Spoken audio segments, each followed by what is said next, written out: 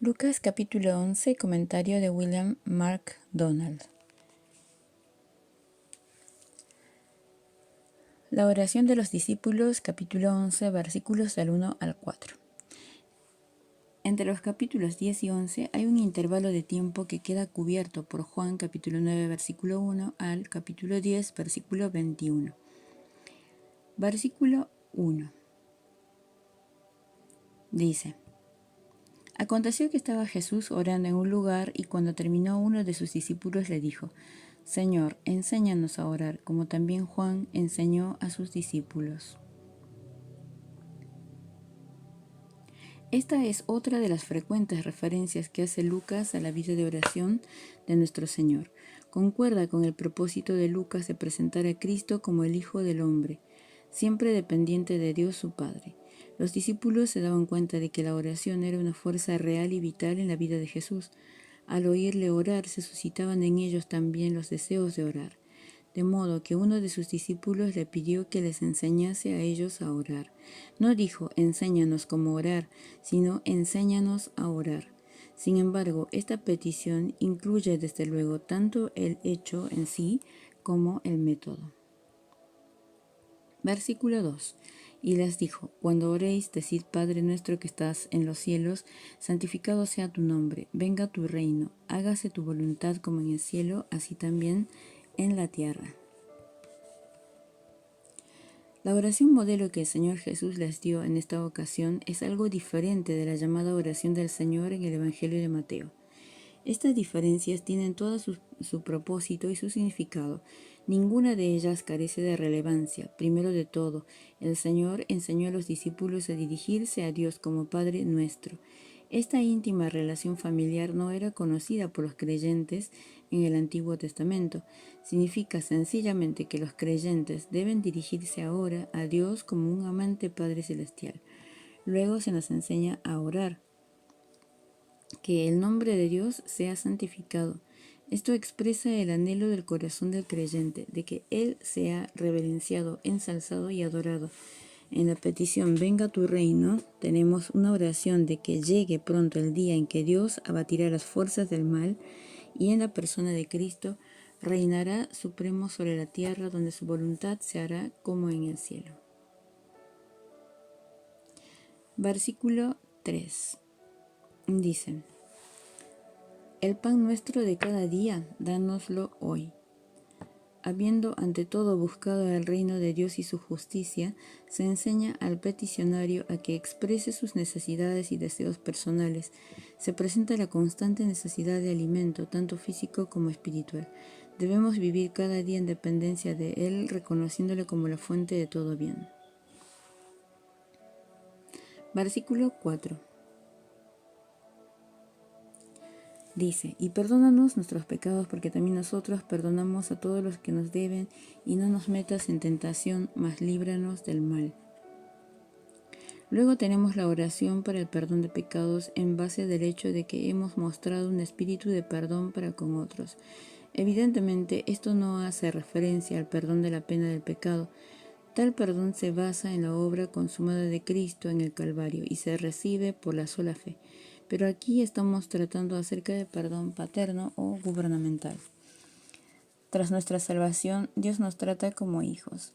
Si Él halla en nuestros corazones un espíritu duro o implacable, nos castigará hasta que seamos quebrantados y devueltos a la comunión con Él mismo. Este perdón tiene que ver con la comunión con Dios, no con la relación como tal. El ruego "y no nos metas en tentación", mas líbranos del mal, presenta dificultades para algunos. Sabemos que Dios nunca tienta a nadie al pecado, pero Él sí permite que experimentemos pruebas y dificultades en la vida y que todo ello está dispuesto para nuestro bien. Aquí el pensamiento parece ser que deberíamos estar constantemente conscientes de nuestra propia propensión a ir errantes y a caer en pecado. Deberíamos pedir al Señor que nos guarde de caer en pecado, aunque nosotros mismos podamos quererlo. Deberíamos orar que nunca coinciden la oportunidad para pecar y el deseo de cometer pecado. Esta oración expresa una sana desconfianza frente a nuestra propia capacidad para resistir la tentación. La oración termina con un ruego de ser librados del maligno. Dos parábolas acerca de la oración. Capítulo 11, versículos 5 al 13. Versículos 11 del 5 al 8. Versículos 5 al 8. Les dijo también: ¿Quién de vosotros que tenga un amigo va a él a medianoche y le dice: amigo, préstame 3 panes, porque un amigo mío ha venido a mí de viaje y no tengo que ponerle delante? Y aquel, respondiendo desde adentro, le dice: no me molestes, la puerta ya está cerrada y mis niños están conmigo en cama, ¿no puedo levantarme y dártelos? Os digo que aunque no se levante a dárselos por su amigo, sin embargo, por su importunidad se levantará y le dará todo lo que necesite. Prosiguiendo con el tema de la oración, el Señor da una ilustración con el designio de mostrar la buena disposición de Dios para oír y dar respuesta a las peticiones de sus hijos. La historia tiene que ver con un hombre al que le llegan visitas a medianoche. Por desgracia, no tenía suficiente comida disponible. Este fue entonces a su vecino, llamó a su puerta y le pidió 3 panes. Al principio el vecino se enfadó porque le hubiesen despertado y no quería levantarse. Sin embargo, debido a la insistencia en el llamar y gritar del preocupado anfitrión, finalmente se levantó y le dio todo lo necesario. Al aplicar esta ilustración, hemos de tener precaución para evitar ciertas conclusiones. No significa que Dios se irrite por nuestras frecuentes peticiones y no sugiere que la única forma de conseguir respuesta a nuestras oraciones sea la persistencia. Sí que nos enseña que si un hombre está dispuesto a ayudar a su amigo a causa de su importunidad, que Dios está mucho más dispuesto a dar oído a los clamores de sus hijos. Versículo 9. Dice: y yo os digo, pedid y se os dará, buscad y hallaréis, llamad y se os abrirá. Nos enseña que no deberíamos fatigarnos ni desalentarnos en nuestra vida de oración, seguir pidiendo, seguir buscando, seguir llamando. Hay veces en que Dios responde a nuestras oraciones. La primera vez que pedimos, pero en otros casos nos responde solo tras insistentes peticiones. Dios responde a las oraciones, a veces cuando los corazones débiles da lo mismo dones que los creyentes buscan, mas muchas veces la fe ha de aprender a reposar y confiar en Dios cuando Él callado está, porque aquel que es amor lo mejor enviará. Pueden las estrellas apagarse y desmoronarse las montañas altivas, mas Dios es fiel, ciertas sus promesas, Él nuestra fuerza es. Esta parábola parece enseñar a crecientes grados de importunidad de pedir, buscar, a llamar. Versículo 10 dice: porque todo aquel que pide recibe, y al que busca halla, y al que llama se le abrirá. Nos enseña que todo aquel que pide recibe, todo el que busca halla, y a todo el que se llama se le abrirá. Esta es una promesa de que cuando oramos, Dios siempre nos da lo que pedimos, o bien algo mejor. Una respuesta negativa significa que Él sabe que lo que pedimos no sería lo mejor para nosotros. Entonces, su negativa es mejor que nuestra petición. Versículos 11 al 12. Dice: ¿qué padre de vosotros, si su hijo le pide pan, le dará una piedra? ¿O si pescado, en lugar de pescado, le dará una serpiente? ¿O si le pide un huevo, le dará un escorpión? Nos enseña que Dios nunca nos engañará dándonos una piedra cuando le pedimos pan. El pan en aquellos tiempos tenía una forma como de torta redonda plana, parecida a la de una piedra. Dios nunca se burlará de nosotros dándonos algo incomible. Cuando le pedimos alimento, si pedimos un pez, no nos dará una serpiente, algo que pudiese destruirnos. Y si pedimos un huevo, no nos dará un escorpión, algo que causaría un dolor atroz. Versículo 13. Pues si vosotros, siendo malos, sabéis dar buenas dádivas a vuestros hijos, ¿cuánto más vuestro Padre Celestial dará el Espíritu Santo a los que se lo pidan? Un padre humano no daría malos dones, aunque tenga una naturaleza pecaminosa, sabe dar buenas dádivas a sus hijos. ¿Cuánto más nuestro Padre Celestial estará dispuesto a dar el Espíritu Santo a los que se lo pidan? Dice J. G. Bellet, es significativo que el don que él selecciona como el que más necesitamos y el que más deseos tiene de dar es el Espíritu Santo. Cuando Jesús pronunció estas palabras, el Espíritu Santo no había sido dado todavía. Juan capítulo 7, versículo 39. Juan capítulo 7, versículo 39 dice: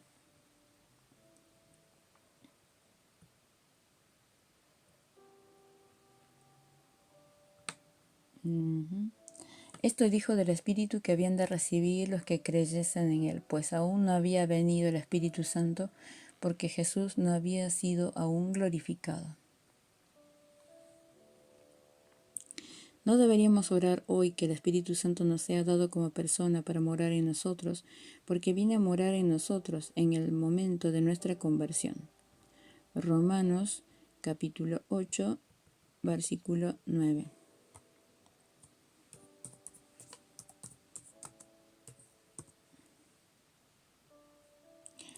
Romanos 8:9 dice: Mas vosotros no vivís según la carne, sino según el Espíritu, si es que el Espíritu de Dios mora en vosotros, y si alguno no tiene el Espíritu de Cristo, no es de él.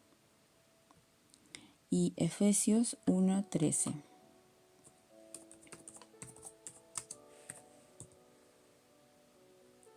Efesios 1:13 dice: En él también vosotros, habiendo oído la palabra de verdad, el evangelio de vuestra salvación, y habiendo creído en él, fuisteis sellados con el Espíritu Santo de la promesa.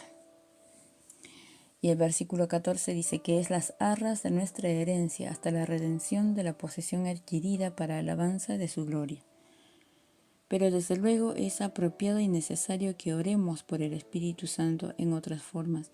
Deberíamos orar que estemos dispuestos a aprender del Espíritu Santo, que seamos conducidos por el Espíritu y que su poder sea derramado sobre nosotros en todo nuestro servicio para Cristo. Es bien posible que cuando Jesús enseñó a los discípulos a pedir el Espíritu Santo, estaba refiriéndose al poder del Espíritu, capacitándoles para vivir el tipo de discipulado abnegado que había estado enseñando en los anteriores capítulos. Para este tiempo estaban dándose ya cuenta, probablemente, de cuán imposible les era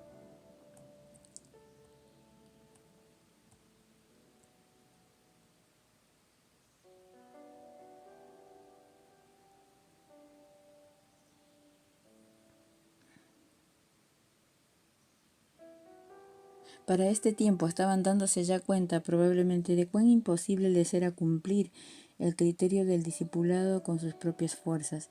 Y naturalmente así es, el Espíritu Santo es el poder que nos capacita para vivir la vida cristiana. De modo que Jesús presenta a Dios como anhelando dar este poder a aquellos que lo piden.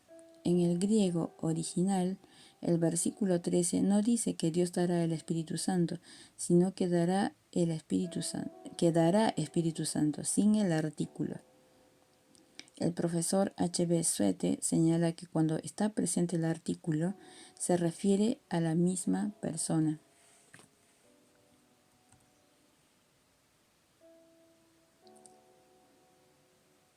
Pero que cuando no está el artículo se refiere a sus dones u operaciones en nuestro favor. Así, en este pasaje no se trata tanto de una oración por la persona del Espíritu Santo, sino de su ministerio en nuestras vidas. Esto queda también reforzado por el pasaje paralelo de Mateo 7. Mateo 7 dice, Mateo 7, versículo 11, dice: Pues si vosotros, siendo malos, sabéis dar buenas dádivas a vuestros hijos, ¿cuánto más vuestro Padre que está en los cielos dará buenas cosas a los que le pidan?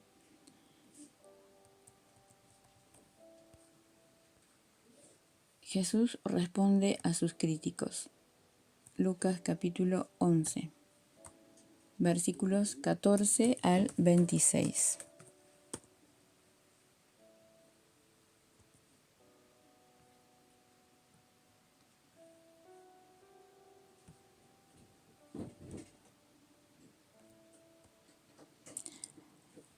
Versículos 14 al 16.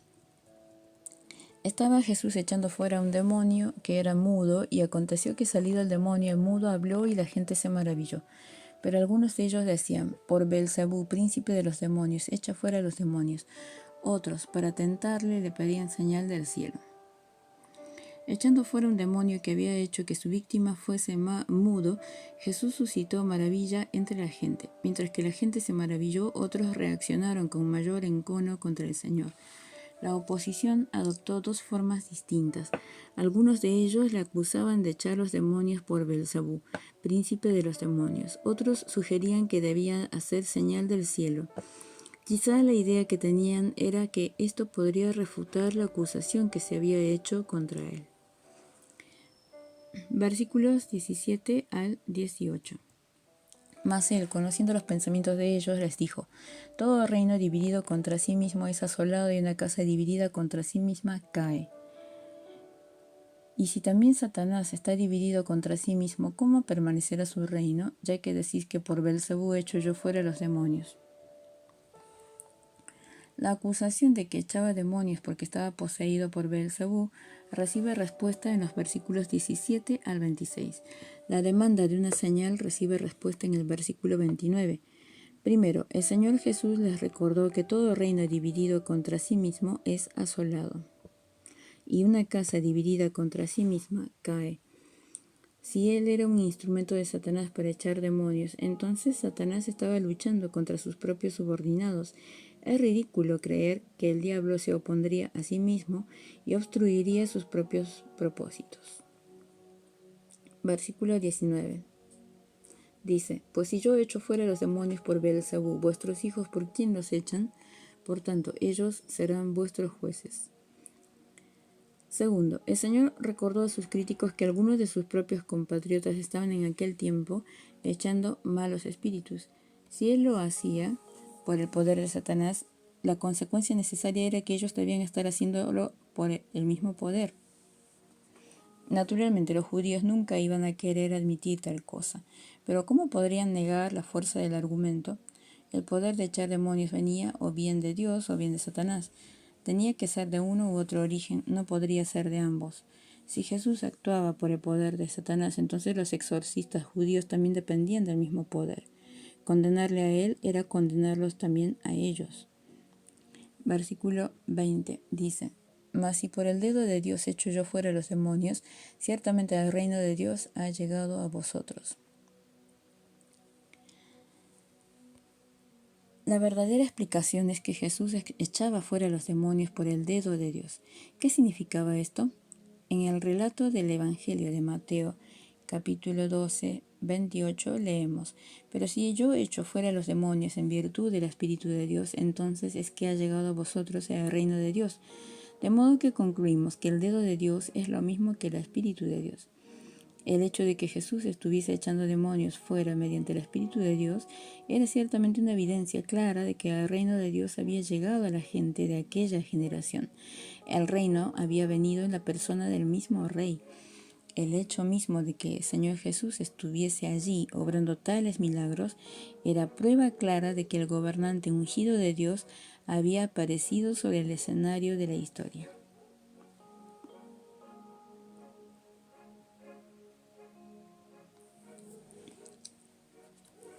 Versículos 21 al 22. Dice: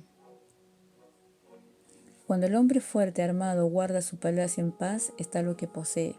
Pero cuando viene otro más fuerte que él y le vence, le quita todas sus armas en que confiaba y reparte el botín. Hasta ahora Satanás era el hombre fuerte armado, con un dominio indisputado sobre su palacio. Los que eran poseídos por demonios estaban bajo su dominio, y no había quien le desafiase. Lo que poseía estaba en paz. Es decir, nadie tenía poder para discutir su influencia, pero entonces vino el Señor Jesús, que era más fuerte que Satanás, y le venció. Le quitó todas sus armas y repartió el botín. Ni siquiera sus críticos negaron que Jesús echase fuera malos espíritus. Esto solo podría significar que Satanás había sido vencido y que sus víctimas estaban siendo liberadas. Este es el argumento de estos versículos. Versículo 23. El que no es conmigo, contra mí es, y el que conmigo no recoge, desparrama. Luego Jesús añadió que el que no estaba con él, contra él está, y que todo aquel que con él no recoge, desparrama. Como alguien ha dicho, uno está andando en el camino o se interpone en el camino. Ya hemos mencionado la aparente contradicción entre este versículo y el 9:50.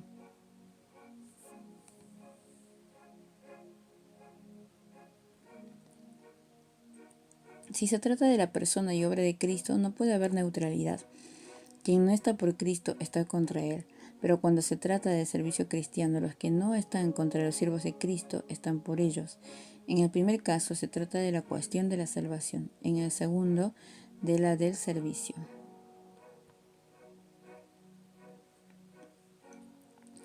El capítulo 9, versículo 50,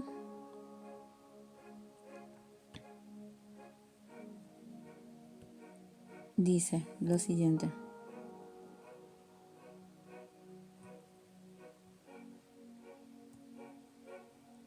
Jesús le dijo, no se lo prohibáis, porque el que no es contra nosotros, por nosotros es.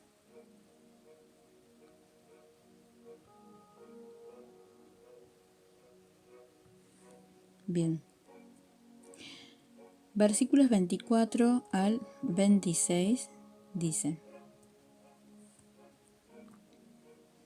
Cuando el espíritu inmundo sale del hombre, anda por lugares secos, buscando reposo, y no hallándolo, dice: Volveré a mi casa de donde salí. Y cuando llega, la halla barrida y adornada. Entonces va y toma otros 7 espíritus peores que él, y entrados moran allí, y el postrer estado de aquel hombre viene a ser peor que el primero. Parece que el Señor está volviendo las tablas a sus críticos. Ellos le habían acusado de ser endemoniado. Ahora Él asemeja a la nación de ellos como un hombre que había sido liberado temporalmente de posesión demoníaca. Esto fue cierto en su historia. Antes del cautiverio, la nación de Israel había quedado poseída por el demonio de la idolatría, pero el cautiverio los liberó de aquel mal espíritu, y desde entonces los judíos nunca se han dado a la idolatría. Su casa ha sido dejada barrida y en orden, pero han rehusado dejar entrar al Señor Jesús para que tomase posesión. Por ello, Él predijo que un día venidero el espíritu inmundo tomará consigo otros 7 espíritus peores que él y entrarán para habitar allí. Esto hace referencia a la terrible forma de idolatría que adoptará la nación judía durante el periodo de la tribulación. Ellos reconocerán como Dios al anticristo, como dice en Juan capítulo 5, versículo 43.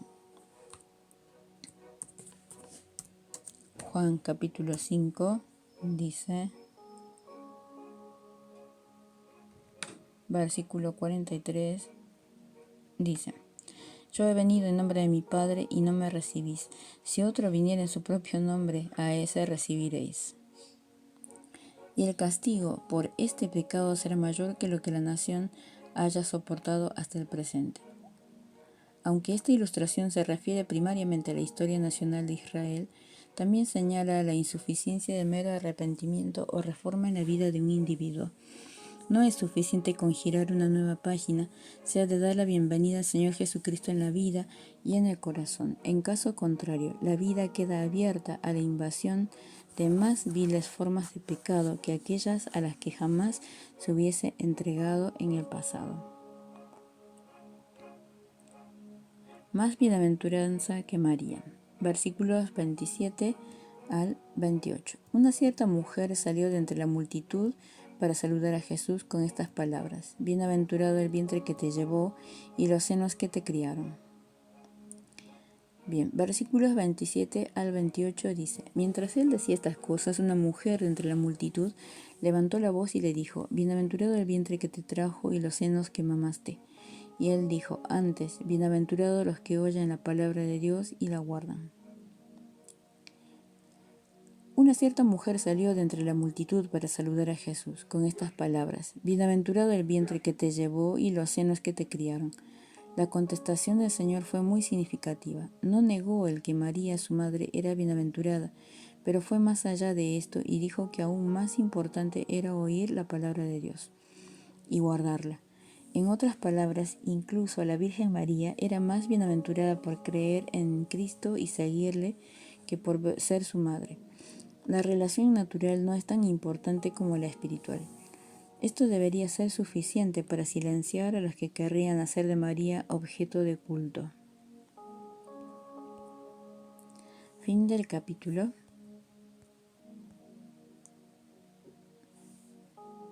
Comentario de William MacDonald. Lucas capítulo 11.